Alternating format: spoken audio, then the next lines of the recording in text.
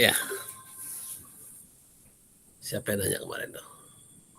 Minta Pak. Soal tes satunya, ya kan? Iya Pak. Ada yang nggak ada datanya? Bisa diselesaikan? Dimasukkan aja Pak angkanya. Misalnya kan dikurang dulu pengeluarannya terus masukkan angkanya. Dikeluarkan dulu Bukan, pengeluaran-pengeluarannya. maksudnya Pak dikurangin sama pengeluaran sama penerimaannya gitu. Ya, dari mana? Gitu aja. Saldo Enggak akhir Pak, bulan berikutnya nggak perlu. perlu Pak. Ya, saya kira kalian sudah dapat. Itu kan macam hukum matematika biasa. Ya kan, ketika satu komponen tidak ada, dengan rumusan A tambah B tambah C A tambah B kurang C sama dengan D misalnya kan begitu ya. Kan bisa digeser-geser aja lagi. Kalau A-nya nggak ada satu, cuma satunya yang nggak ada. Kalau dua yang nggak ada, kamu butuh persamaan berganda untuk mengetahuinya kan gitu. Tapi kalau ini kan cuma satu, persamaan linier lah istilahnya. Kalau kalian di matematika, cuma satunya nggak ada ya. Kalau makanya saya ulang-ulang kemarin itu di perhitungan kita kan, artinya saldo akhir bulan lalu ditambah penerimaan dikurang pengeluaran sama dengan saldo akhir bulan berikutnya. Kan itu rumusnya. Terus saya ulang-ulang sama kalian kan. Nah, ketika satu tidak ada, apa saldo awal ya itu berarti ya. Saldo awalnya tidak ada, saldo bulan berikutnya, saldo bulan sebelumnya tidak ada. Ya tinggal dibalikkan aja. Saldo akhir dikurang saldo akhir ditambah pengeluaran dikurang penerimaan. Nah, itulah dia saldo awal. Kalau saldo akhir adalah saldo awal ditambah penerimaan dikurang pengeluaran, saldo akhir ditambah pengeluaran dikurang penerimaan. Nah, dibalik dia. Coba pelan-pelan. Ya. Jadi eh, tidak mungkin tidak dapat gitu loh karena memang sudah ada saya ulang-ulang rumusan itu makanya tinggal dimasukkan aja selesainya itu ya selesai saya kira sih tidak begitu sulit lah kalau untuk itu ya. Cuman rupanya saya tidak tahu rupanya mid tes minggu depan rupanya ya. Mid tes minggu depan berarti kita masuk ke materi yang satu inilah sedikit ya materinya terkait dengan secara global namanya aset keuangan ya secara global dia nama aset keuangan tapi secara spesifik dia namanya surat berharga ya atau marketable securities. Mungkin sedikit teorinya dulu. Jadi eh, jadi dalam berbisnis ini ada model penguasaan atau pembelian hak miliknya ya hak miliknya dipindah tangankan atau diperjualbelikan. Jadi perusahaan itu kan kalau kita tahu dulu di pengantar akuntansi itu dulu misalnya ketika kita dulu buka apa usahanya waktu semester 1 waktu contoh soal untuk persamaan akuntansi apa yang kita bikin usaha kita dulu kelas ini nggak ada yang ingat Pabrik kelapa sawit Pak. pabrik kelapa sawit gitu ya mantap juga dulu ya. Nah pemiliknya itu kelas 1B dulu berarti kalian ya. Nah, ketika kelas 1B itu kan banyak orangnya. Kalian berapa orang satu kelas? 26. Lalu di salah satunya itu oke lah bagi rata lah semua sahamnya gitu kan. Bagi rata lah dulu kepemilikannya, sorry. Udah cerita saham. Bagi rata lah kepemilikannya. Ya kan. Persentasenya sama semua. Ada 26. Ada 25 orang misalnya. Gampang 25 lah. Jadi satu orang dapat 100 bagi 25, 4% lah, 4% hak gitu ya, 4% hak. Jadi 4% itu diwajibkan kamu untuk menyetorkan uang ke perusahaan senilai 4% itu, 4% dari yang disepakati lah untuk membuat pabriknya. Pabrik 100 juta, 4%-nya berarti kamu 4 juta, ya kan? 4 juta kamu harus setor ke usaha supaya kamu dikategorikan sebagai pemilik usaha, kan gitu. Nah, kamu kan mendapat surat namanya saham. Surat saham itu namanya surat tanda kepemilikan perusahaan. Ya, surat tanda kepemilikan perusahaan. Jadi kalau kamu sudah membeli suatu saham perusahaan, berarti kamu masuk kategori memiliki pemilik perusahaan. Kalau sekarang mah gampang. Kamu punya perusahaan apa sekarang? Tinggal ke pajaknya aja. Tahu pajaknya di mana? Kalau kamu mau beli perusahaan, kamu tahu pajaknya di mana? Di mana? Hmm? Kamu mau beli perusahaan nih, kamu mau jadi pemilik perusahaan, kamu mau beli, aku mau belilah Telkom misalnya, belilah PLN, pengen jadi pemilik PLN sekali-sekali kan gitu ya, bisa nggak? Bisa, Pak. Mana keren banget. Bisa, Pak. Caranya dibelinya di mana pajaknya? Di perusahaan sekuritas ya, Pak? Kalau sekuritas itu kiosnya, kamu ke pajaknya aja langsung. Ya kan, kalau itu kan kios itu, kalau sekuritas itu mah kiosnya OJK, yang Pak. nawar-nawarin. Gimana? Di OJK.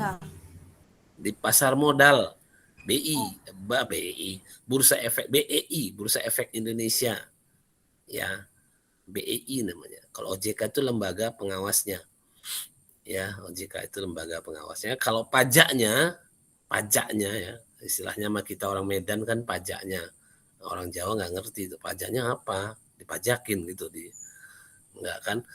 Kalau kita orang Medan pajaknya itu Bursa Efek Indonesia ya. Jadi dari Bursa Efek Indonesia itu kamu bisa menemukan kios-kios penjual, ya itulah termasuk yang dibilang tadi kawan kalian tadi apa, perusahaan sekuritas. Ya, perusahaan sekuritas itu termasuk kios-kiosnya. Kamu bisa pilih yang mana kiosnya. Tapi kan kiosnya kan nggak menjual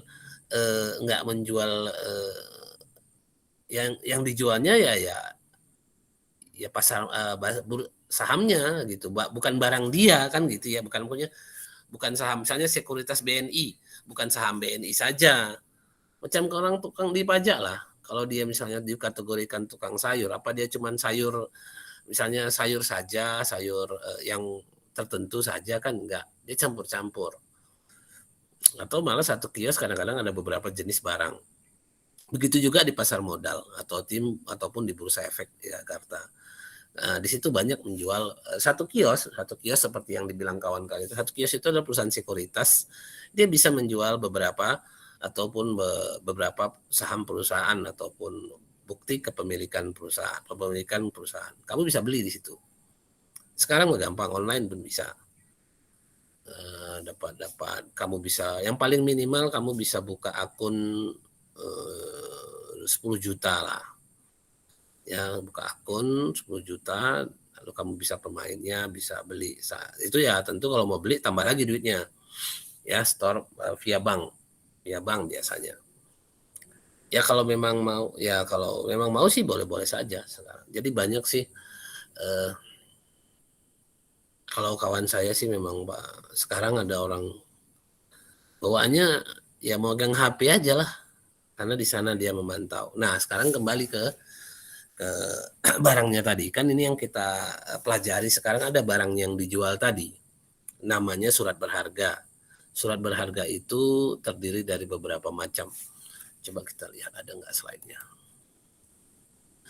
Saya ada.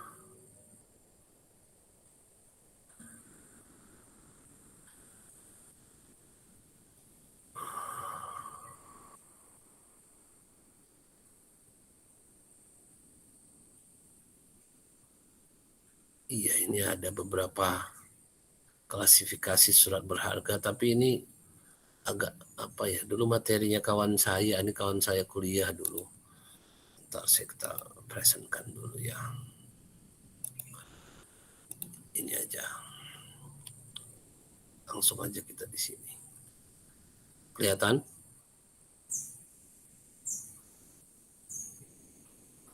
Kelihatan nggak? Belum, Pak. Oh, belum.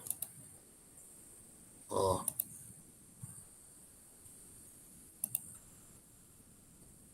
Bukan itu, salah. Salah. Salah.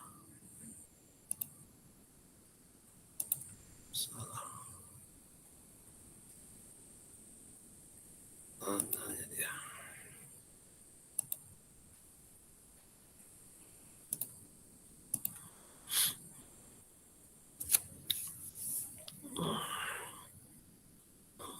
Nah, ini yang agak kelihatan.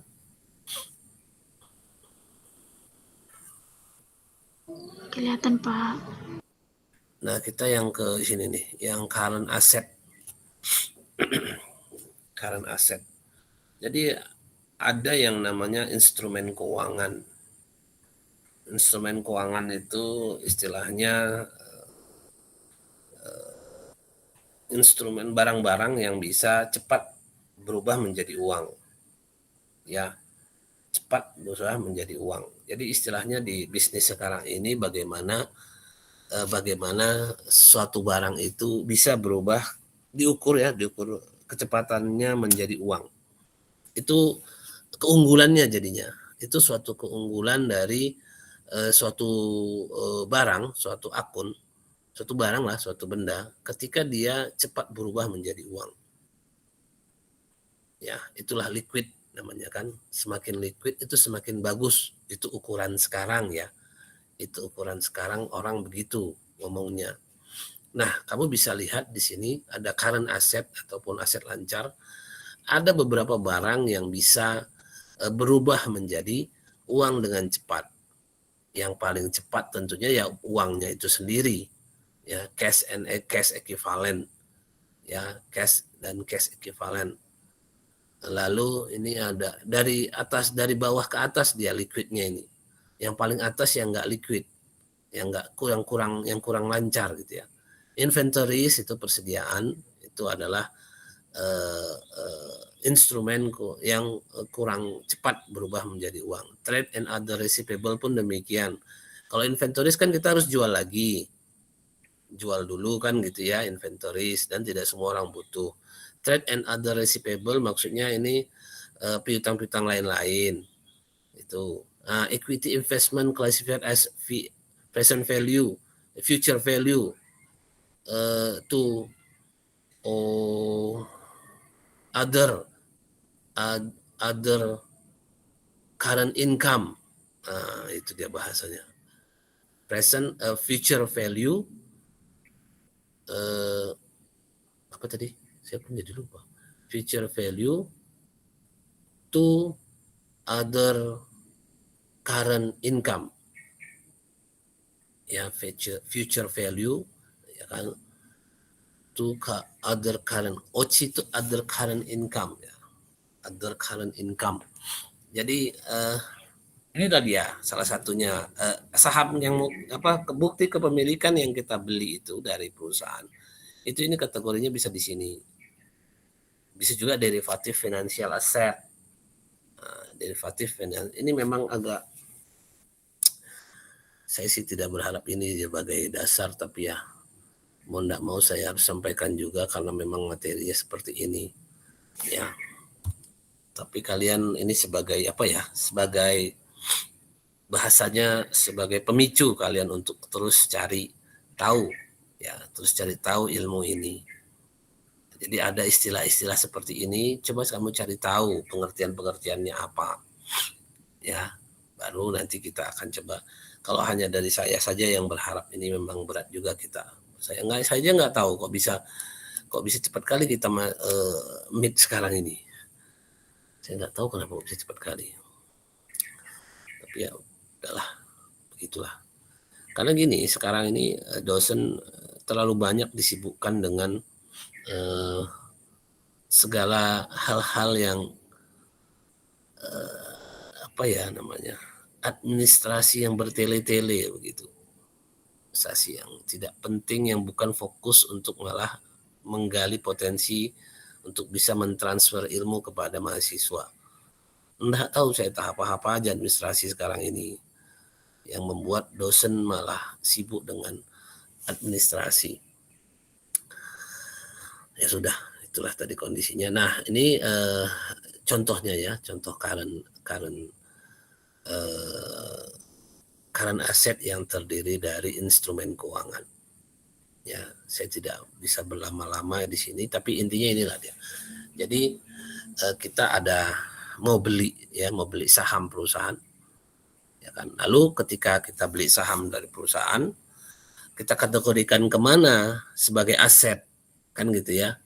Sebagai aset kita kategorikan kemana, kan gitu ya. Jadi ya tentu dia kan harta itu. Kita beli surat berharga, lalu kita keluarkan uang, kredit kas, masuk atau kredit bank, masuklah dia surat berharga. Surat berharga itu kita masukkan kemana? Dia ke current asset. Ya, dengan akun, bisa akun ini nih, akun ini. Tapi lebih bagus akun yang sederhana sajalah. Saya lebih mau kalian yang belajarnya yang sederhana, yaitu surat berharga. Atau kita cari contoh yang lebih enak. Sebentar. Contoh yang lebih sederhana. Oh, ini dia ada.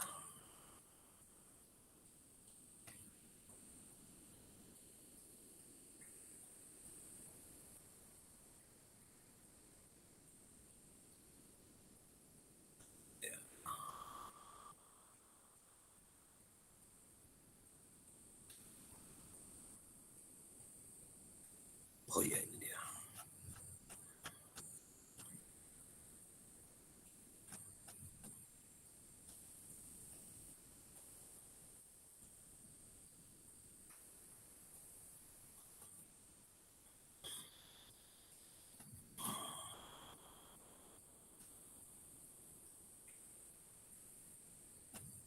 Saya khawatir begitu saya suruh yang seperti ini jadi bingung duluan, terlalu besar ya kan.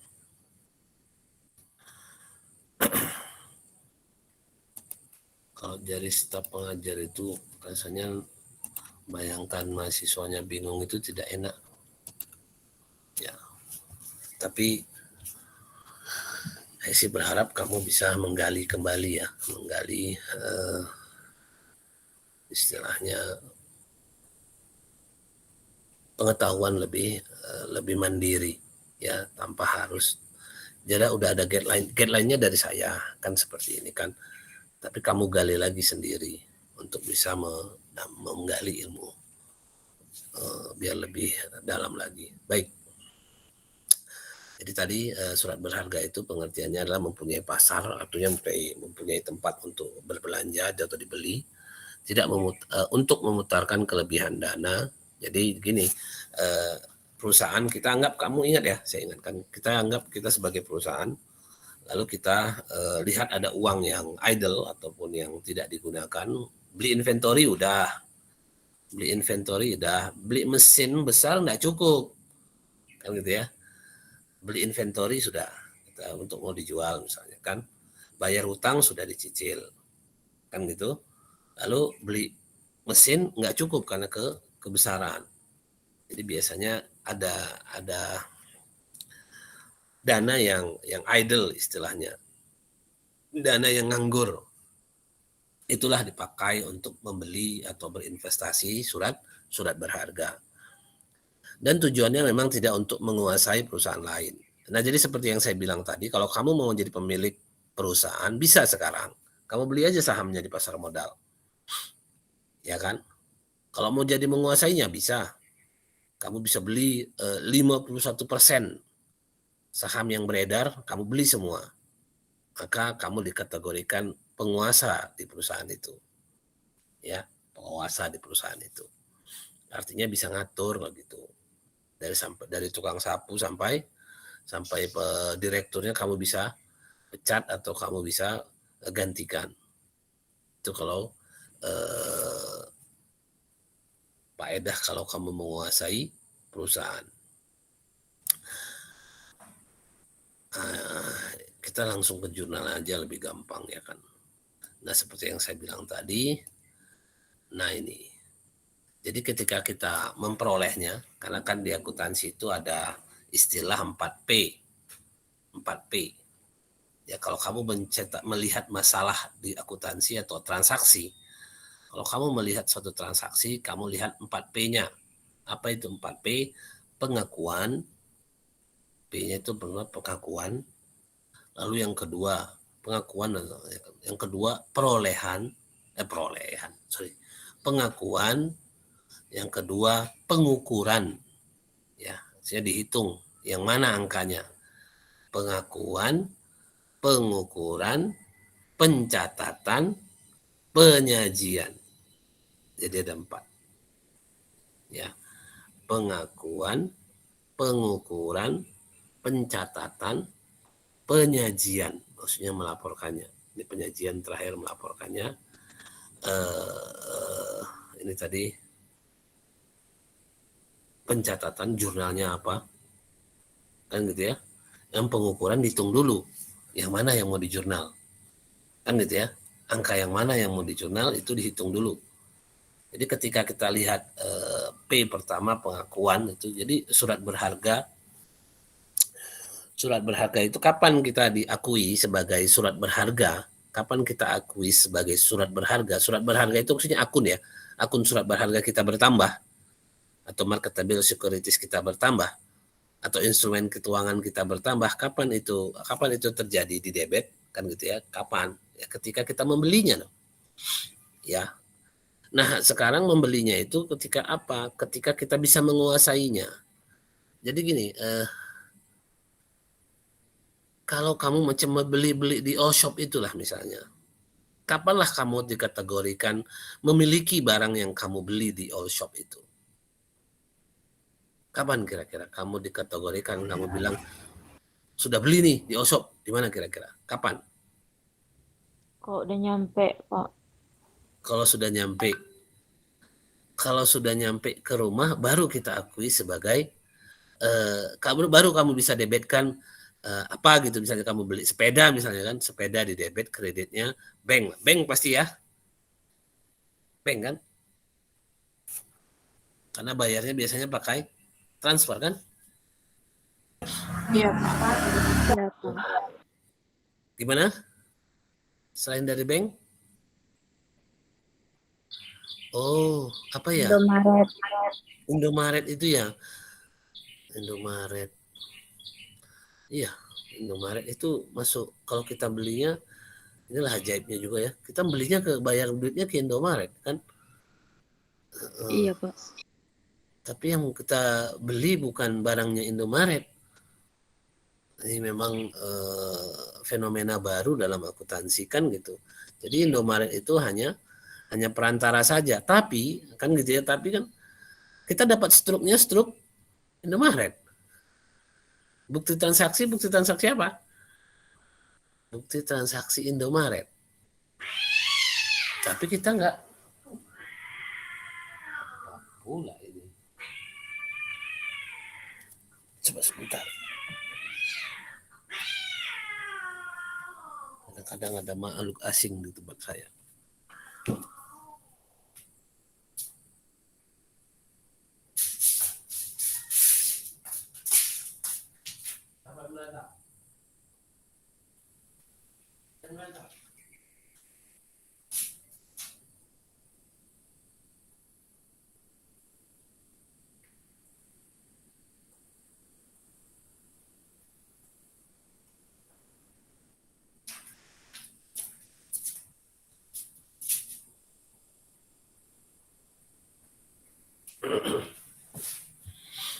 Baik. Baik ya memang itu. Tapi intinya kan kita memang membeli barang dari si penjual barang yang ada di all shop. Nah, yang sekarang masalahnya kapan kita akui barang itu menjadi milik kita atau bisa didebitkan di kita, itu ketika kata si Widya sih ketika nyampe di rumah, Pak. nyampe di rumah, oke, kalau itu memang istilahnya harus ditransfer dulu. Tapi ada juga beberapa yang COD ya. COD Iya, Pak. ketika nyampe di rumah, dia belum tentu milik kita. Kalau belum kita bayar. Bayar. Kan gitu ya. Jadi kita harus bayar dulu. Jadi disitulah di COD itu dia berarti ketika transaksi itu terjadi ketika di pagar rumah kita itu. Ya, jadi jangan dikira ketika kita mengklik-kliknya di sistem atau di situs itu belum ada pembelian di situ. Ya, ibaratnya masih order kan gitu ya. Order tidak ada jurnal ya. Order itu tidak di jurnal karena dia tidak merubah posisi harta, hutang, dan modal. Ingat pengertian jurnal. Dicatat boleh Pak? Ya dicatat lah. Itu kan udah berapa kali saya bilang. Pencatatan dengan jurnal itu beda sebenarnya. Ya, pencatatan dan penjurnalan itu beda. Ya kan jurnal itu adalah mencatat dengan metode debit kredit. Kan gitu. Dia spesifik, mencatat memang. Ya kan? Kalau menjurnal pasti sudah mencatat. Mencatat belum tentu menjurnal. Ini saya ingatkan lagi dulu sudah saya bilang di pengantar.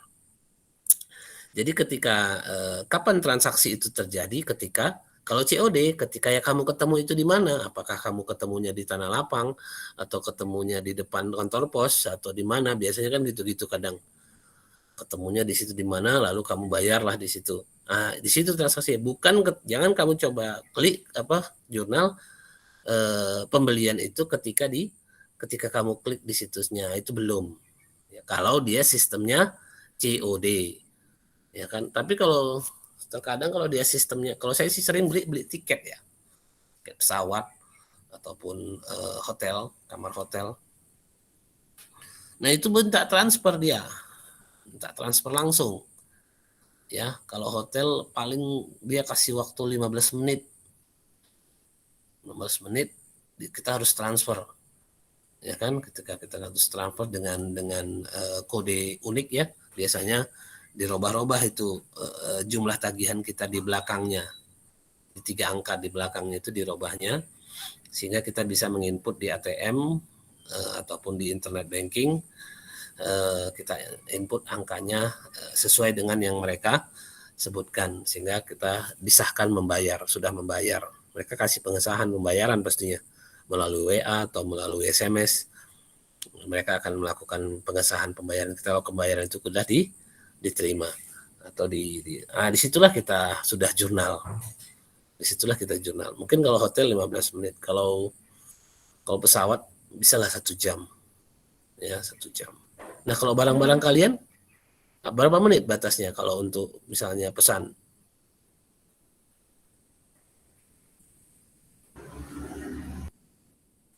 Berapa menit biasanya dia minta pembayaran? Dari kamu klik beli.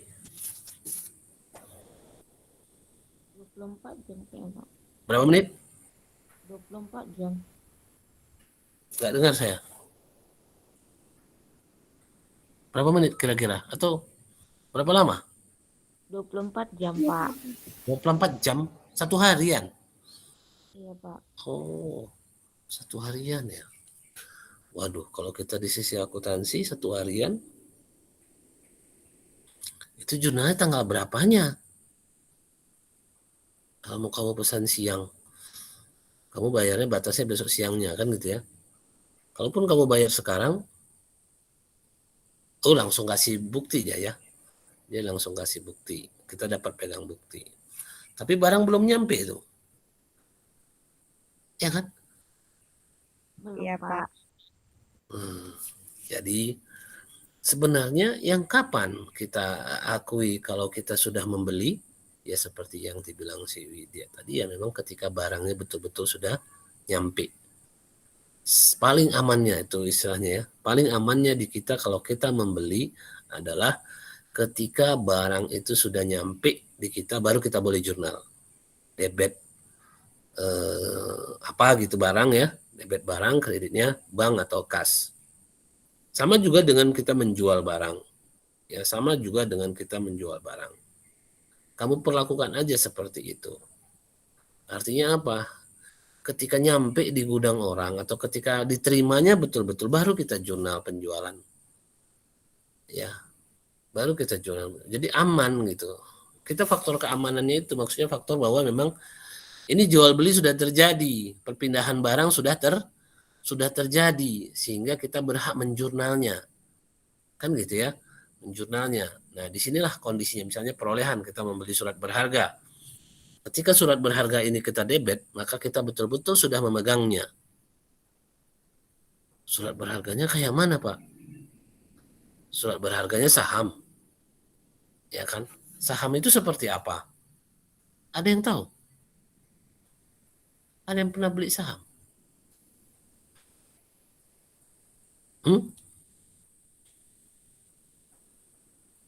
Ada yang tahu?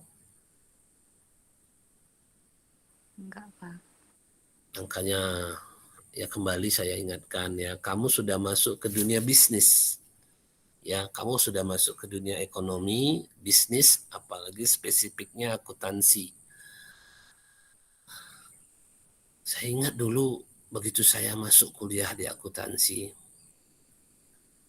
saya langganan majalah-majalah ekonomi terakhir. Ada Infobank, ada apa dulu. Koran saya pun dulu saya usahakan beli karena mahal korannya itu. Bisnis Indonesia. Sekarang nggak tahu harganya mahal sekali koran. Dulu kategori koran itu Bisnis Indonesia itu mahal. Ya. Koran masih 1.000 dia udah 5.000. Dulu ya. Dulu dia udah 5.000 dulu, sekarang udah lebih mahal lagi. Ya. Jadi gini loh, kamu terbiasa dengan bisnis ini gitu ya. Kamu terbiasa dengan bisnis ini. Wawasannya jadi lebih luas.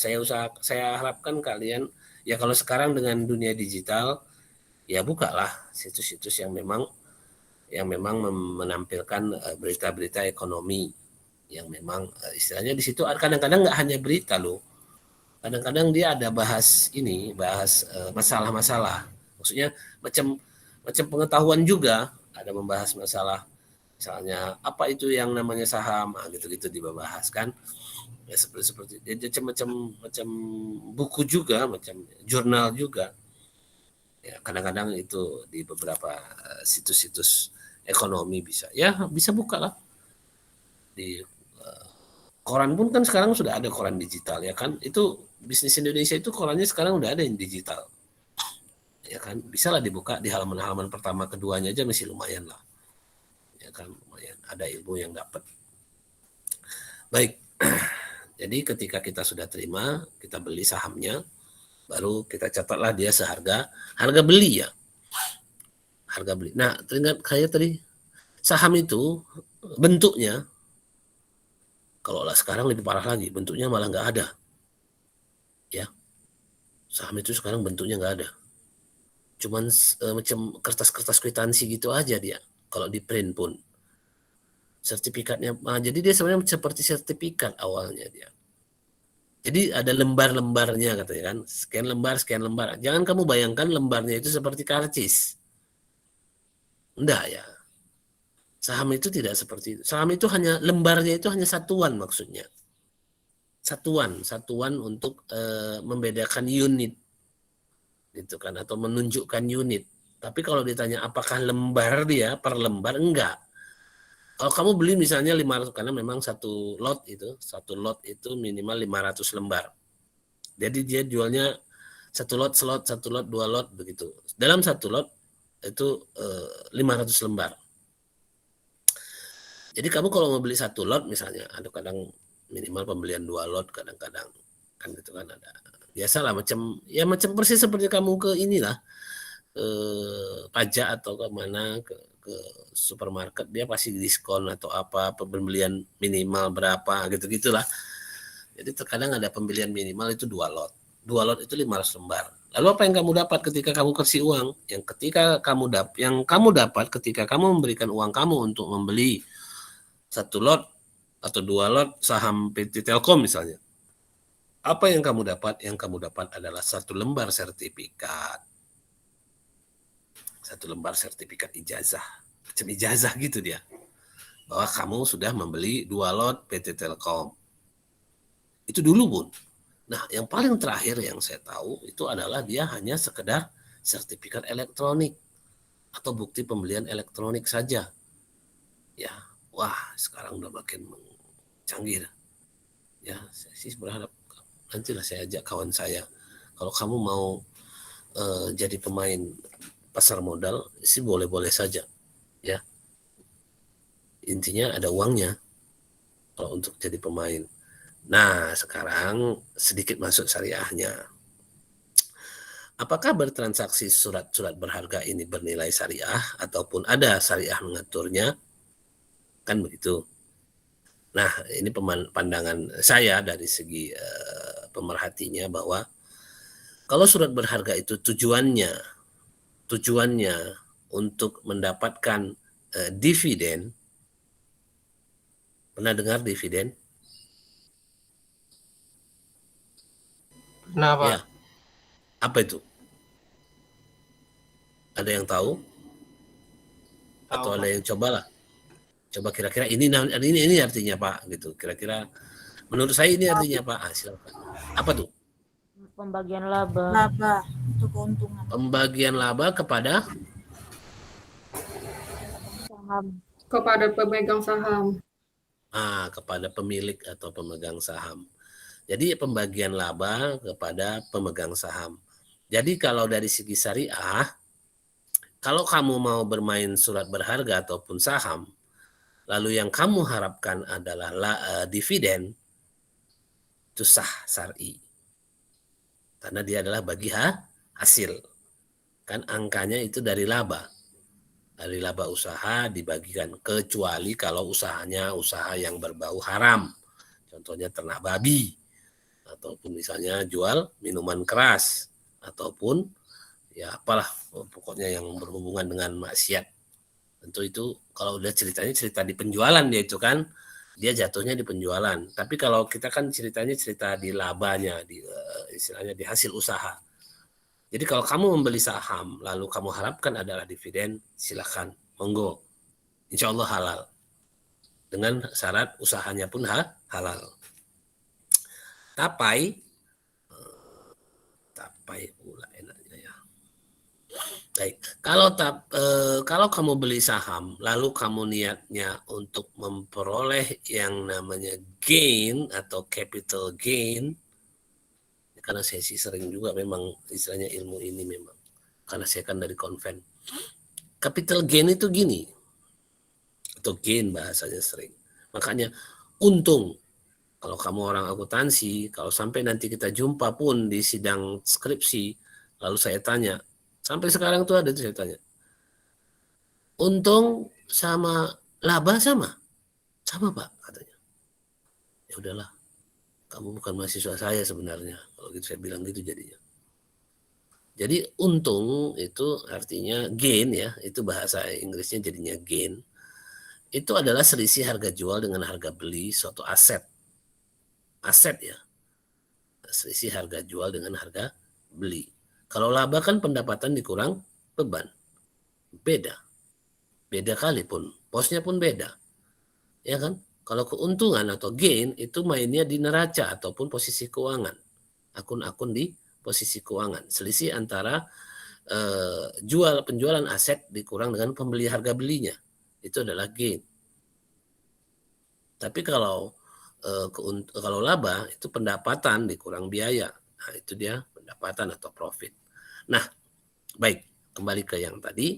Kalau kamu harapkan dia selisih harga beli dengan harga jual di rentang waktu tertentu saja, jadi dalam 1 tahun kamu beli, sekarang kamu beli saham nih, saham PT apalagi yang paling akrab sekarang, yang paling mantap,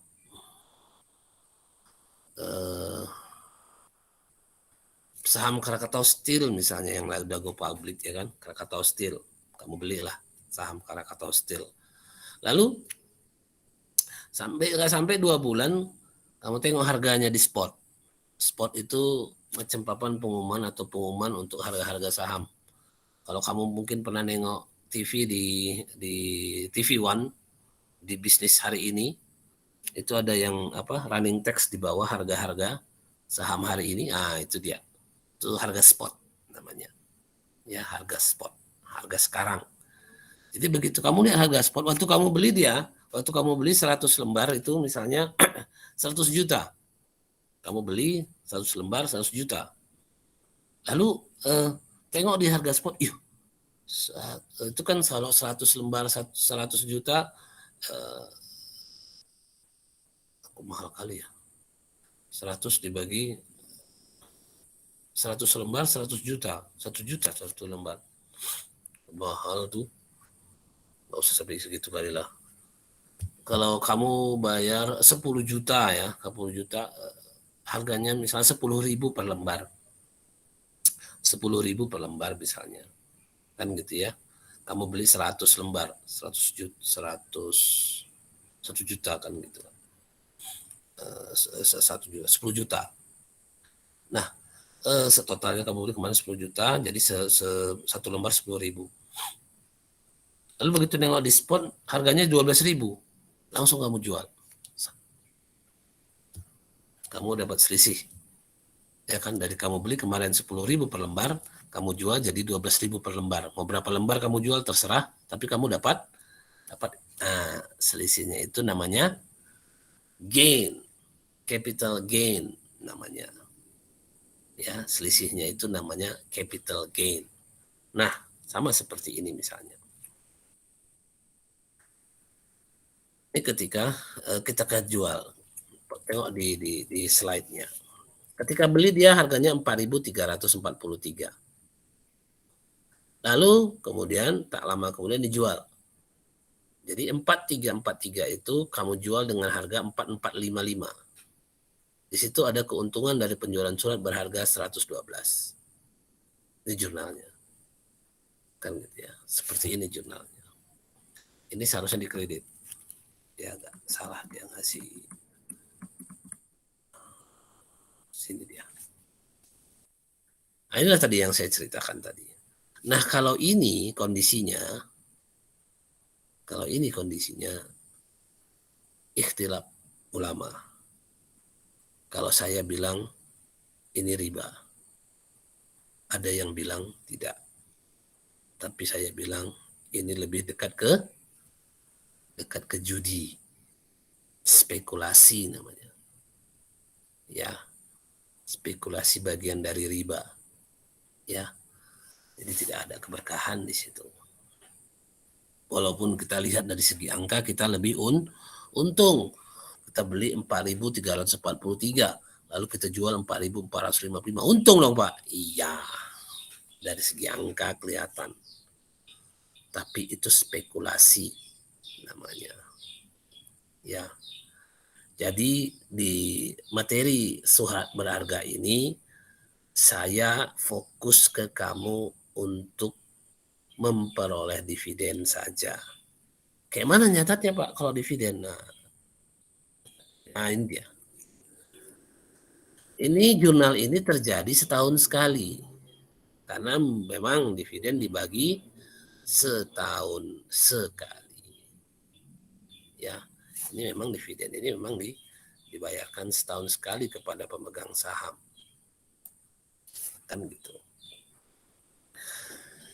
Nah, inilah model-model pencatatannya. Jadi bayangkan aja kalau memang misalnya kita membeli saham perusahaan atau aset keuangan, aset instrumen keuangan tadi, jurnalnya ya akunnya pastinya surat berharga. Debitnya, kreditnya apa, ya pakai apa belinya. Nah, di situ ada rinciannya. Kalau dia jual, nah makanya kan tadi di sini kan kalau jualnya lebih tinggi daripada yang dibeli, namanya ada keuntungan dari penjualan surat berharga. Itu namanya spekulasi. Tapi ini memang luar biasa. Mirip judi jadinya. Jadi dipantengin aja harga saham itu. Begitu naik langsung dijual. Begitu turun tahan. Seperti itu pemainnya. Ya, jadi macam orang berjudi. Ya. Kalau ini tadi makanya dia agak bercampur. Kenapa? Kalau dia berharap dividen, boleh Pak, nggak boleh jadinya beli saham, boleh. Tapi kalau kamu berharap dividen, insya Allah kamu bersih dari yang namanya riba. Tapi kalau kamu, ini di sini masalah hati ya. Nah hati ini pula yang digoncang-goncang sama setan. Siapa nggak tahan ya kan? Beli 10.000. 2 minggu kemudian tengok harga 15.000. Wah, itu 1 lembar. Kalinya kan gitu ya. Biasanya itu saya bilang, kita beli minimal 1 lot, 2 lot. 100 lembar, 500 lembar, 1.000 lembar. Kan gitu. Wah, selisih segitu aja. Wah, kamu dah. Makanya kalau kamu pernah saya pernah nih pas nodok di mana gitu nonton film ini Money Can Talk ya, ada kalau kamu search itu Money Can Talk itu cerita tentang bagaimana permainan di bursa itu yang menurunkan dan menaikkan harganya itu enggak ada, bukan faktor yang logika semata ya, macam lah faktor politik ada, faktor macam isu ada, gosip ada, semua ada. Ketika digosipin pemiliknya berbuat jahat misalnya, turun harga sahamnya. Jika kemarin itu dibilang, wah ini orang itu sehat-sehat saja, wah langsung naik harganya. Jadi harga yang di situ itu penuh dengan spekulasi dan dipengaruhi hal-hal yang tidak berhubungan dengan bisnis produksinya. Ya. Tidak ada hubungannya dengan bisnis produksinya. Tapi harga sahamnya berubah-berubah karena ada unsur-unsur politik dan lain sebagainya. Nah itu mungkin kamu bisa baca ya,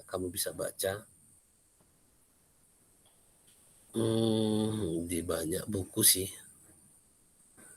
Makanya terkadang ada yang kaya mendadak begitu ya, ketika dia menjual dengan harganya yang tiba-tiba naik. Cuman kembali ke kitanya, kita sebagai insan-insan syariah. Yang kamu cari apa? Yang kamu cari harta. Ya, kaya. Kalau kamu cari itu mah nggak nyambung sama syariah. Ya, bukan nggak boleh kaya. Saya bilang bukan nggak boleh kaya ya. Cuman kalau itu menjadi tujuan kamu, ya siap-siap aja lah. Seperti minum air laut katanya. Apa itu? Tidak pernah berhenti hausnya. Ya, tidak pernah berhenti hausnya. Kalau kamu mencari kekayaan, maka tidak pernah berhenti harus. Apalagi apa pula beda kita dengan orang yang tidak syariah itu ya kan? Tentu saja sedikit saja ini memang. Sedikit saja perbedaan kita dengan orang-orang yang tidak program studi syariah itu. Adalah kita berharap mendekati syariah itu. Ya. Bukan berarti kita pasti sudah bersyariah sekarang, belum. Sama saya pun belum. Kita berniat untuk mendekatinya. Ya, makanya saya bilang berkali-kali, Pak, ini dia ngomong, Pak, bank syariah sekarang ini enggak syariah, Pak. Ini begini, ini seperti ini pun dipraktekkan ya bank syariah sekarang. Kalau kamu tanya, mainnya dia di sini untuk mendapatkan modal. Untuk ada uangnya kan malas dia ngasih pinjaman pembiayaan karena resiko tinggi. Ya, dah sini dia. Resikonya kan ya duduk aja namanya kalau kamu jalan-jalan nanti di bank tapi kamu nggak mungkin kasih masuk. Itu namanya dealing room. Dealing room itu kamar deal itu kan. Dealing itu adalah kamar yang saya pernah masuk ke situ. Di Bank Sumut. Kamar yang isinya ya semua komputer pastinya untuk memindahkan uang kita, uang bank ke rekening-rekening orang yang untuk berinvestasi, beli saham, gitu kan. Beli saham untuk bisa dipindahkan lagi, dapat selisihnya. Seperti itu dia, kerjanya seperti itu. Kerjanya ngurusin untuk dapat capital gain. Karena kan bank karena yang paling sering bank yang main ini. Kenapa? Dia kan menghimpun dana. Bank menghimpun dana, terus begitu banyak duitnya, muncul yang namanya apa? Nah, ini resiko namanya ya. Makanya salah satu perbedaan orang yang mencoba menegakkan syariah dengan yang jauh dari syariah adalah ketika dia dapat ini loh, caranya iblis untuk memberikan cobaan ke kita itu yang paling sederhana itu adalah rasa cemas. Ya, cemas, khawatir. Jadi paling gampang iblis itu kena masuk kamu ke situ, ke manusia ke situ. Cemas nggak dapat nilai bagus sama Pak Ismi, ya kan? Cemas kalau nggak ada bayar uang kuliah, cemas, pokoknya begitu-begitulah. Nah, begitu kamu dikasih kecemasan, saya sarankan kamu istighfar, dan kalau bisa berat kali ya sholat aja. Sholat sunat apa? Kecuali di waktu yang ini ya, di waktu yang tidak begitu mustajab misalnya. Misalnya antara subuh dengan duha, itu kan nggak usah kita sholat di situ. Atau di antara asar ke maghrib misalnya, itu nggak usah. Di lain daripada itu kan banyak waktunya, bisa. Jadi silahkan kalau misalnya rasanya cemas itu masuk, ya kembalilah ke Allah. Istighfar, zikirkah atau apakah. Karena memang yang sedihnya ya, cemas itu jadi ilmu sekarang loh. Ya kan? Namanya resiko, manajemen resiko. Mereka itu berlomba-lomba untuk mengurangi kecemasan. Ya kan? Mereka berlomba, itu asuransi. Saya termasuk orang yang tidak begitu, memang tidak tertarik dengan yang namanya asuransi walaupun syariah. Saya tidak termasuk orang yang tertarik dengan asuransi syariah. Karena saya menganggap itu future trading. Belum jadi loh. Tapi ada orang ada kadang pandangan kamu persiapkanlah dunia, kamu harus mempersiapkan untuk hari esok, bukan begitu-gitu ya. Ada ayat, apakah ayat atau hadis, saya nggak ingat. Ya udah, persiapkannya yang real aja gitu. Kalau misalnya kamu sekarang persiapan yang masa depan apa? Ya belajar lagi. Kan gitu. Belajar lagi. Ya belajar aja. Ya kan? Artinya belajar ya istilahnya menimba ilmu, ya itu adalah persiapan kamu yang real gitu. Yang real, bukan yang tidak real. Yang tidak real itu apa? Yang tidak real itu kadang, tapi itu tadi dia nimbulnya di kecemasan itu di macam-macam, misalnya cemas, oh nanti kalau udah mati siapa yang ngurus anak saya, katanya kan. Saya pun termasuk yang masuk pemikiran itu. Ya nanti kalau saya meninggal, siapa yang ngurus anak istri saya? Terus balik lagi pertanyaan itu ke saya, kamu siapa? Kan gitu jadinya. Apa kamu Tuhan? Kan gitu kan? Kan enggak. Tuhan kan ada. Tapi kalau kita selagi hidup ya jangan disia-siakan bagaimana kita menjaga anak istri kita. Tapi kalau udah mati ya nggak usah itu bukan urusan kita. Kan gitu ya, bukan urusan kita kan selesai di dunia. Banyak orang seperti itu. Disitulah kecemasan sehingga mereka memotivasi mereka bekerja tanpa kena lelah. Nah di situ sebenarnya diperbaiki. Bekerjanya bukan salah ya, niatnya yang diperbaiki. Ya niatnya. Kamu pun di sini belajar itu tidak harus. Tapi kalau niatnya untuk jadi kaya, silahkan diperbaiki. Ya satu, yang kedua bukan nggak boleh kaya, boleh. Cuma nanti kalau kamu sudah kaya, kamu bingung mau kemana. Karena itu jadi tujuan. Itu yang jadi masalah. Kan gitu ya. Itu yang jadi masalah. Ketika kamu banyak sekarang yang banyak duit itu jadi bingung. Mau kemana? Kamu aja nggak bisa bayangkan. Kenapa? Karena kamu sekarang nggak punya duit. Jadi kamu bayangkannya, oh enak kali punya duit banyak. Orang punya duit banyak pun bingung kok. Ngapain dia? Terakhir apa-apa dibuatnya. Kan gitu jadinya. Ya bagus kita aja yang sedang-sedang aja.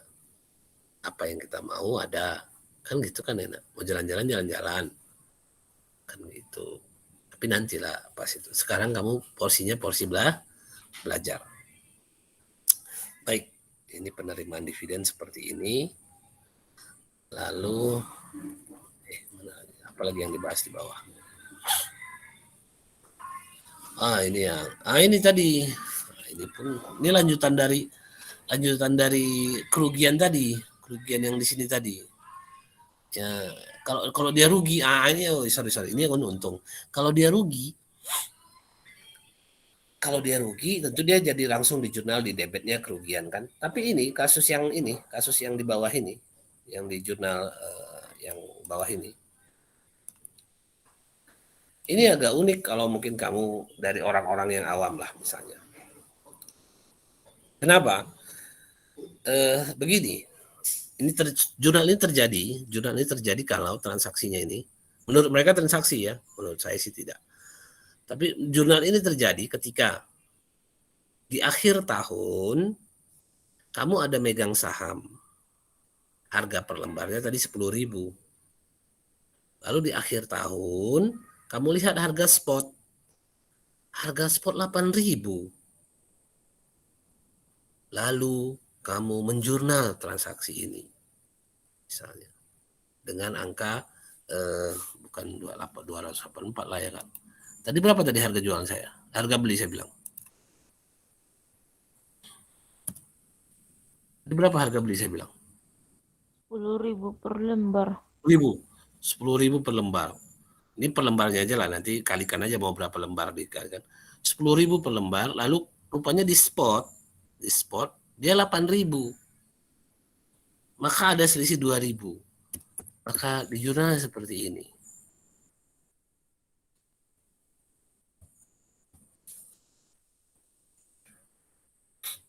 Ini kalau konven sebenarnya, tapi syariah udah ikut-ikutan. Apa yang terjadi? Adakah transaksi? Dijual rupanya. Kita jual yang kita pegang 10.000 kita beli itu.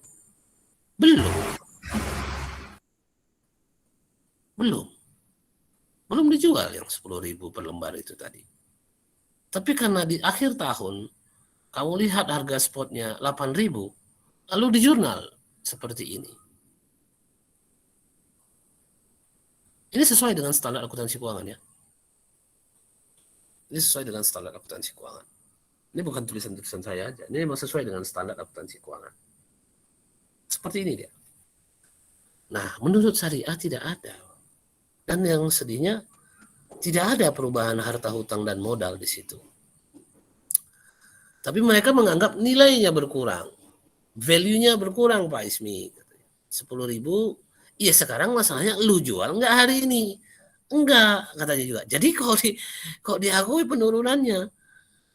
Tapi ini diterima loh. Saat sedunia itu diterima ini. Kenapa? Karena mereka cemas. Karena mereka takut, khawatir. Itulah kenapa mereka khawatir rugi, khawatir lah dia. Jadi turunkannya sekarang, walaupun belum turun harganya atau belum dijual. Inilah kenyataannya. Ya, inilah kenyataannya sekarang.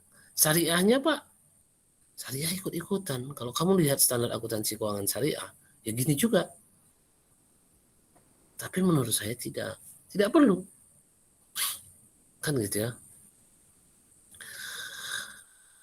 Biar saja terjadi ruginya di saat transaksi.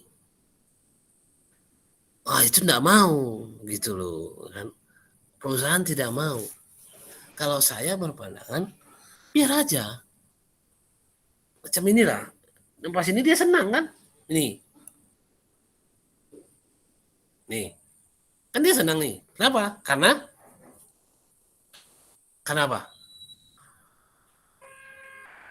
Karena untung. Karena untung. Karena untung. Dia senang. Makanya dijual cepet-cepet ketika penjualan. Ya kan? Yang sedihnya ketika belum dijual lalu rugi, dia belum dijual, bukan udah dijual ya. Kalau udah dijual dia harus akui lah untungnya, ruginya. Tak perlulah ini. Tapi kenapa terjadi ini yang di bawah ini jurnal penyesuaian itu? Karena mereka khawatir, cemas, berlindung di yang namanya risiko. Ya, ini keren loh, risiko ini sekarang bahasanya sangat diminati orang. Kalau kamu di perbankan mau jadi kepala cabang, kamu harus lolos sertifikasi manajemen resiko level 2. Ya. Kalau kamu mau jadi kepala cabang, minimal level 1 lah. Kalau untuk bank-bank yang kecil. Model Bank Sumut misalnya. Kalau kamu mau jadi kepala cabang Bank Sumut, kamu harus ada namanya sertifikasi manajemen resiko level 1. Ya. Ada ujiannya itu. Ujiannya multiple choice. Ya kan, ujiannya multiple choice yang dibuat oleh lembaga sertifikasi profesi perbankan. Saya dulu lulus di General Banking. Ada sertifikasinya saya, General Banking. Ya, soal-soal tentang perbankan. Bukan syariah, konven. Ya. Nah, itu kondisinya. Ya, jadi semuanya adalah bermula jadi kecemasan jadinya. Pencatatan itu tertutup jadi dari kecemasan. Makanya saya sih berharap kalau kamu bertransaksi surat berharga, saya berpikirnya kamu ya, bukan ilmu silakan kamu gali ya. Ilmu silakan kamu gali lagi. Tapi kalau dari saya ini ilmu pertamanya di kamu adalah silakan bertransaksi surat berharga. Ya. Harapkanlah dividen. Insya Allah berkah. Belinya kayak mana Pak? Belinya kayak gini. Ya kan? Terus tahan aja. Tahan gini. Tahan dapat penerimaan dividen. Kalau mau dijual Pak untuk keperluan mendesak, silahkan. Nah gini, makanya masalah. Kalau kita jual pun misalnya kita beli 1 Januari. Ya kan? Kita beli 1 Januari. Lalu pas di Februari, di Maret, tanpa melihat harga spot ya, kita butuh uang untuk bisa aja beli mesin. Oh mesinnya sudah ada tambahan dana, bisalah beli mesin. Nah ini saham dijual aja. Lalu harganya kebetulan naik, lebih tinggi, 445 jadinya, 4455. Dari kita beli 4434. Kita ada untung 112. Nah, silahkan, itu tidak ada masalah dari sisi syariah. Karena syariah ini kan bermainnya di tujuan. Ya, kalau tujuannya sebenarnya kita jual itu bukan untuk 112 itu. Kita jual ini untuk kita beli mesin gitu. Lalu ada untung ya syukur. Kan itu ya nggak ada masalah. Nah, itu bisa dijual Pak di pertengahan periode. Ya, dia bisa dijual di pertengahan periode. Ditahan pun terus-menerus pun bisa. Ya silahkan. Kan gitu kondisinya. Ya. Oke, sampai di sini kira-kira ada yang mau ditanyakan terkait dengan surat berharga? Mau nanya Pak. Apa tuh? Tadi kan ada Bapak bilang yang tentang capital gain itu kan Pak. Ya. Itu kan misalnya dia jual 4.000 tadi mengharapkan keuntungan misalnya di 4.200 dijualnya kan. Ya. Bapak bilang kan ada unsur-unsur judi kurang boleh. Ya. Baru itu kan misalnya ada contoh Pak. Ya. Misalnya saya lah beli telur di harga 2.000 jauh-jauh hari sebelum hari raya. Baru itu saya tahu memang pasarannya memang kebiasaannya hari raya telur naik. Iya. Baru saya simpan entah 2 bulan lagi kan hari raya. Saya jual pas hari raya itu Pak. Iya. Itu apa sama apa enggak Pak? Berarti enggak boleh juga itu. Jadi gini, kembali ke tujuan tadi Al-Farizi, ya kan? Kalau tujuan kamu untuk memenuhi kebutuhan masyarakat, untuk kebutuhan saudara, famili di hari raya nanti, yang sibuk nanti perlu telur, nanti payah, bagus saya aja, ya beli sama saya aja, kita antar ke rumahnya atau begitu, atau kita kasih layanan lah misalnya. Lalu sebenarnya telur itu sudah kamu beli agak berjangka. Mungkin ini lebih kurang lah kan. Dan ingat tanpa mengurangi kualitas ya, tanpa mengurangi kualitas. Kembali saya ingatkan, syariah itu ketujuannya, Pak Al-Farizi. Kalau kamu tujuannya adalah uangnya, selisihnya, kamu dapat selisihnya. Cuman belum tentu kamu dapat berkahnya. Ya, belum tentu, bukan berarti enggak. Saya kan bukan hakim, saya kan gitu ya.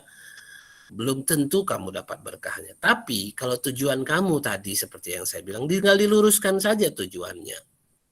Saya mau membeli sesuatu untuk kebutuhan di suatu hari yang mendesak, misalnya di hari raya, kamu belilah, simpanlah sekarang gitu kan.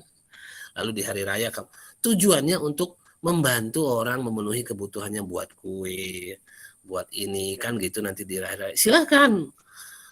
Luar bagus gitu ya, bagus sekali. Ya. Nah, kita berprinsip ketujuannya, Farizi ya. Nggak salah itu kamu selisih harga jual dengan harga beli dalam konteks angka. Kalau kamu lihat seperti ini sebenarnya nggak salah.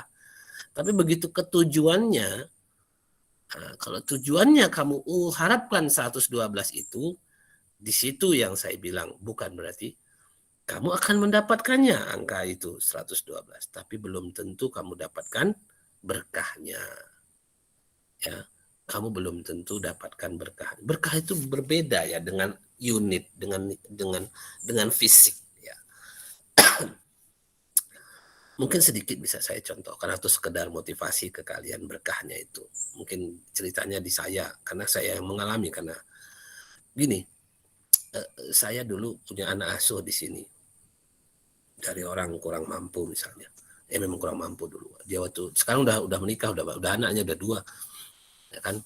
Baru hari Minggu kemarin kami kumpul-kumpul, dia buat rumah baru. Kan. Perempuan, anak yang tinggal di rumah saya ini yang perempuannya. Ya kan, dia dulu dari SMP ke SMA tidak punya biaya, orang tuanya tukang beca, dan sudah disepakati dia dulu sama orang tuanya tidak usah lanjut sekolah lagi, padahal dia ranking 1 kan gitu kan, ranking 1. Nah, guru di sekolahnya itu memanggil kami, mau nggak, tertarik nggak ini dibiayai. Oh, sangat tertarik sekali, tengok anaknya baik ya, anaknya pun baik, rapi, pakai jilbab terus kan gitu ya. Oke, kita akan tinggallah di rumah. Sebelumnya kami sudah siap-siap itu sebenarnya, tapi nggak siap-siap kali. Tapi sebelumnya kami, misalnya nih contoh, 1 bulan kami 15 kilo beras misalnya. Ketika dia datang dan dia ini bukan menjelekkan atau apa ya. Ketika dia datang dan melihat dia mengambil nasi itu, ini sekedar cerita ya, jangan diapakan kali. Ini sekarang itibar aja diambil. Kamu bisa nengok belas tagi dari nasinya itu. Ya, kamu bisa nengok belas tagi dari nasinya itu. Maksudnya, paham kan? Paham ya? Paham nggak? Kamu nggak paham lagi. Kamu bisa nengok belas tagi dari nasi yang diambilnya ketika mau makan. Lalu kami berpikir, wah, ini bakal harus nambah nih beli beras kan gitu ya. Ya nggak ada masalah sih, bukan berarti apa. Oke, karena udah disiapkan. Apa kenyataannya? Nggak ada, nggak kurang berasnya, berlebih, nggak ada masalah.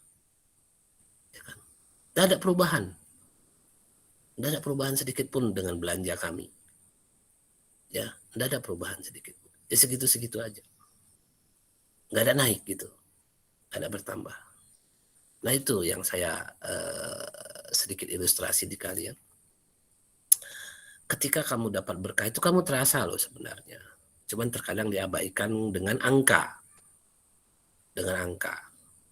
Nah kita kan orang-orang syariah, jangan sampai tertipu di situ. Itu tipuan setan. Kan gitu ya. Kamu tertipu dengan angka yang banyak. Ya kan? Yang kita kejar ini kalau dari segi rezekinya itu adalah yang halalnya, berkah. Berkah itu yang kita harapkan. Karena sedikit bisa cukup dia. Ya, sedikit dia bisa cukup. Banyak ya nggak apa-apa. Kan gitu ya, kita bagi-bagi, kan gitu ya. Itu kondisinya ya. Jadi kembali ke yang dipertanyakan tadi, apakah boleh? Kamu boleh lah, kenapa enggak boleh? Cuman masalah tujuan. Silakan diperbaiki tujuannya. Lebih kurang seperti itu. Ada lagi terkait dengan ini? Ya, karena kita bertransaksi dengan tujuan yang jelas. Dan ingat, kita orang-orang syariah tujuannya tentu sesuai dengan syariah. Kamu belajar di sini pun kan, kalau kamu nggak ikhlas di sini, apa yang dapat? Apalah yang dapat? Capek aja nengokin layar ini kan. Apa yang dapat kira-kira? Mana ada? Paket aja yang habis kadang. Tapi kan bukan itu. Kan itu tujuan kita. Itu jadi tolong diperbaiki. Dan ini sebagai pengingat aja, refresh lah, kalau kita buka laptop tinggal di refresh aja. Karena saya yakin di hati-hati yang baik itu selalu ada tujuan yang baik. Ya, di hati kita itu pada dasarnya berharap mendekati, karena kita sudah berjanji pada Allah, memang kita mengakui bahwa Dia itu Tuhan kita. Tuhan itu maksudnya alasan ya. Tuhan itu adalah alasan kita melakukan sesuatu. Nama Tuhan kita Allah. Jadi alasannya. Makanya orang Arab itu paling susah bilang la ilaha illallah. Karena banyak tujuannya. Banyak alasannya. Tujuan, alasan kan gitu lah. Banyak alasannya melakukan sesuatu itu. Banyak tujuannya untuk melakukan. Jadi dia merasa berat sekali mengatakan Allah itu sebagai tujuan ataupun alasan melakukan sesuatu. Seperti halnya. Nah, tinggal kamu, padahal sebenarnya di penciptaan kita di Quran disebutkan bahwa masih dari bayi pun kita masih di bawah alam sadar pun kita sudah mengakui bahwa tujuan kita itu adalah Allah. Alasan kita hidup, alasan kita melakukan sesuatu itu adalah Allah. Dan ingat seperti yang saya bilang, tidak ada salah berbisnis, tidak ada haram bermuamalah. Silahkan. Kalau tujuannya lari dari syariat, yaitu kamu hanya dapat sebatas angka. Kan gitu ya, sebatas angkanya saja. Sebatas angka, berkahnya nggak tahu. Baik, ada lagi kira-kira? Jadi, ada? Iya, materi kita untuk meet nanti minggu depan. Kita ada masuk hari apa lagi? Wah, ini yang saya bilang kemarin ya, Rabu ya. Rabu ini saya rapat dasarnya. Tapi coba.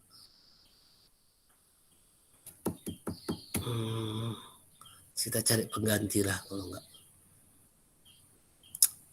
Rabu ya. Nanti kalian standby aja ya, standby aja di WA-nya kalau memang kita cari pengganti sekali lagi untuk melihatkan contoh soal.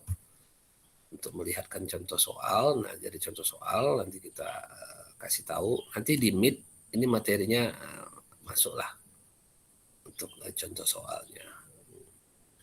Peristiwanya harga jual, harga beli, jual dan menerima apa. Nah, ininya. Dan penyesuaiannya ini enggak usah saya masukin lah. Beli jual aja. Beli jual. Cuman kalau ini enggak ada masalah ya. Ini dimasukkan. Yang ini masuk. Apakah dia untung atau rugi ini masuk. Ya. Yang ininya saya enggak masukkan.